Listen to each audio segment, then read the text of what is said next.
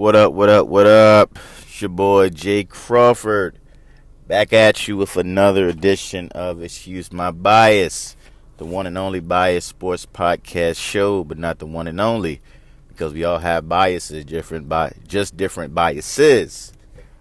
Today, man, I really wanted to get on this yesterday, but I wanted to take a little bit more time, get more information on it. Today, man, we're gonna be addressing Max Kellerman, man, and I really like Max. Really, him and Stephen A. They're not my favorite show. I prefer Skip and Shannon, even Nick and Chris Carter on First Things First. But man, Max Kellerman, he still was tooting his horn, especially after Kawhi won Saturday versus the Bucks in Game 6.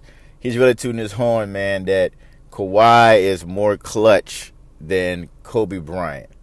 And this is Excuse My Bias, so we're going to expose our biases here. I'm not a Kobe Bryant fan. I've never been a Kobe Bryant fan, but I respect game. And for Max to say that Kawhi Leonard is more clutch than Kobe at this point of his career, it's just false. And I'm about to go through a little bit of fact checks here for you to show next time somebody else wants to talk crazy like Max, you can just show them this video. I really wish Stephen A. would just, and that would be that's kind of the most frustrating thing sometimes, is that Stephen A. doesn't even make good arguments back. He kind of gives the old man argument of, oh, you don't know basketball, and I was there, and I saw the pressure live, and it's like, dude, you got actual facts you can pull from. Just look the shit up. Like, it's not that hard. But at least I'm going to do the hard work for him. So don't worry. I got you, Stephen A. We're gonna get through this right here. Just going to define some of the stats that we're going to be looking at here. First, you need to know what clutch is first.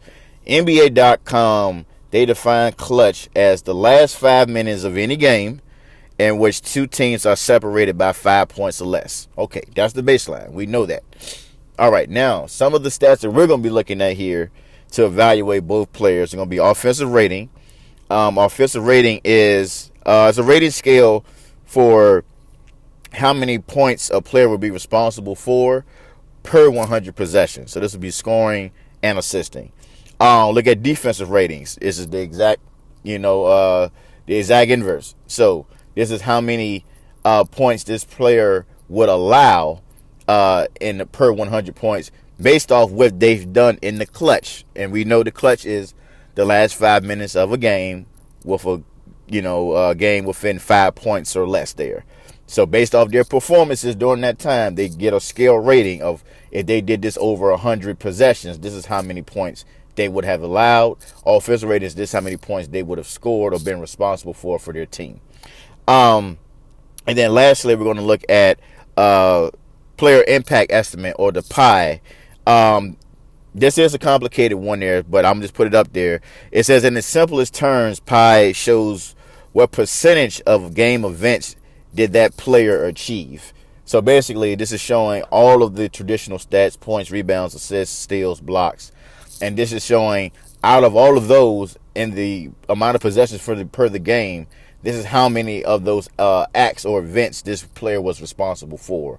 And usually the more events that you're responsible for, of course, the better player you are, the more effective you were in the game. And again, we're looking at these events only in the last 5 minutes of a game that's within 5 points or more. Okay, cool. So we got that. Now, I'm going to go because, and this is the other thing with Max's argument that makes it so flawed. Really, Kawhi only really even became relevant in the postseason in 2014 when he won the Finals MVP. He really was just off the grid completely, just a random role player before that. So we're going to go from his best moment there, his winning Finals MVP 2014, all the way up to the present. For Kobe, we're going to start in 99 and then go up to, what are we going up to? Going up to 2004. So that'll give both of them a 5-year span, and we'll go ahead and look at it from there. Okay, now I have up Kobe's numbers there from the 99 playoffs. We're just going to roll through a couple of them in the year 2000. and then 2001. 99 was the roughest year for Kobe, obviously. He still was a very young player. I think he just turned like 20 years old, maybe. Yeah, I think he just turned 20 years old. So defensively, he wasn't the guy who he became to be. So his defensive rating was super high. He wasn't efficient offensively at that time. He had a negative rating, negative net rating at that time of 26.1 points there during the playoffs in the clutch time. He wasn't good at that point. He still was young. He still was learning. This LA team lost to the Spurs. I think they got swept. It was pretty bad. His player impact estimate was only a 9, but he's still in the clutch in the last 5 minutes of the game between 5 points or more. He still accounted for 30% of his team points. So even as a youngster, when he didn't know what to do and how to win, he still counted for most of his team's clutch points. Made a huge jump in 2000 when they went to the playoffs. Offensive rating was off the chart, 118.3. Defensive rating was 95.5. His net was 22.9. Player efficiency jumped up crazy, 20 points to 29.9. That's a great score right there. And he still accounted for 34%, 35% damn near of the clutch points that the Lakers got. In 2001, his offensive rating went a little bit down in the clutch. I think that was mainly because the Lakers were just blowing through people. If you remember 2001, they only lost one game that entire postseason. So I don't even think he had many clutch moments to go back to, you know what I'm saying, in the 2001 playoffs. So that's probably why his offensive rating was so low. The defensive rating still was great, though, down to 86. This is when he was getting into that prime defensive mode right there. Had a net rating of 15.1. His player impact estimate was 31.4, even better than the year before. He accounted for 42% of the Lakers' clutch points at that time, getting 3.7 points, averaging 3.7 points, basically 4 points within that clutch period there. The year prior, he averaged basically 5. It was 4.8. 2002, kept it going. I think they had a little bit more close games. That's why his efficiency rating, offensive rating was higher. It was about to 112. But defensively, he still was crazy. So there was 85.7 there. Had his highest net rating there with 35.9. He was really killing it right there. His player impact estimate wasn't as much, and I think that's just because teams start to catch up to you after a while when you're doing three-peats, and they just kind of catch up to you. So you're not going to win as many games by, as big a margin there as normal. But he still accounted for 30% of the team's clutch points there. 2003, that's when the wheels started to come off for the team a little bit. You remember, that's when San Antonio got them. They get a three-peat. That's when the Kobe and Shaq feud really started to heat up there of, whose teams they're going to be. They started seeing Shaq's up, free agency, coming up soon, contract extensions, all that stuff coming up. You can see it in the team. He basically was even. He had a offensive rating of 98.1, defensive rating of 100. He had a negative net rating, but only only 1.9 negative there. His player impact estimate was still good though, 28.3, and he still accounted for damn near half of their clutch points there at 45.3, damn near 5 points during that clutch time, those last 5 minutes of the game at 4.8. And then in 2004, that's when we know it fell off. That's when GP came over, Karl Malone, all those guys. It was just a mess at that point. He was a wash basically on offensive and defensive rating there. Both were at 100, so net was 0, and his player impact was the lowest it had been in a long time at 6.3. Even though he still was the man in the clutch, he averaged he was 37% of their points there in the clutch, averaging 2 points per game with that. Now, conversely, let's go to Kawhi. Like I said, Kawhi kind of just came on the scene pretty recently. So even if you look at the year when he won Finals MVP, his offensive rating was great. It was 114.3. Defensive rating was 84.4. His net rating was great, 29.9. His player impact, though, estimate was only 6.5 because he wasn't getting much usage. He was a role player. He only accounted for 7.5% of their clutch points. He was only averaging 0.8, so less than 1 point of their points in the last 5 minutes of the game. He wasn't really needed at that time to do that. He wasn't the closer. You still had Ginobili, you still had Parker. 2015, kind of the same deal. He kind of started to get a little bit more responsibility there. Offensive rating still was good. It was 112.2. Defensive rating was 111.5. Barely had a net positive of 0.7. But again, the player efficiency rating was only player impact estimate was only 6.8. And he only accounted for, again, 16% of the clutch points there, averaging 2.3 per game. 2016, he increased it a little bit more. That's when I think he started to make the changes there. If I'm not mistaken, that's when Aldridge came on board, or maybe it was the next year. But I know he started to make a little bit more change there. The offensive rating still was consistent, just like it was last year at 112.8. Defensive at 111.8. Net was 1.1. The player impact estimate started to creep up because the usage creeped up. It was at 19.3. Excuse me. So as high as at that time. And then he did account for a good chunk of their clutch points at that time, which was 31.8. Averaging about almost 3 points in the clutch there at 2.8. 2017 was his breakout year. That's what it was. We all know it as the Jaja Pachulia moment when he goes underneath him and takes him out.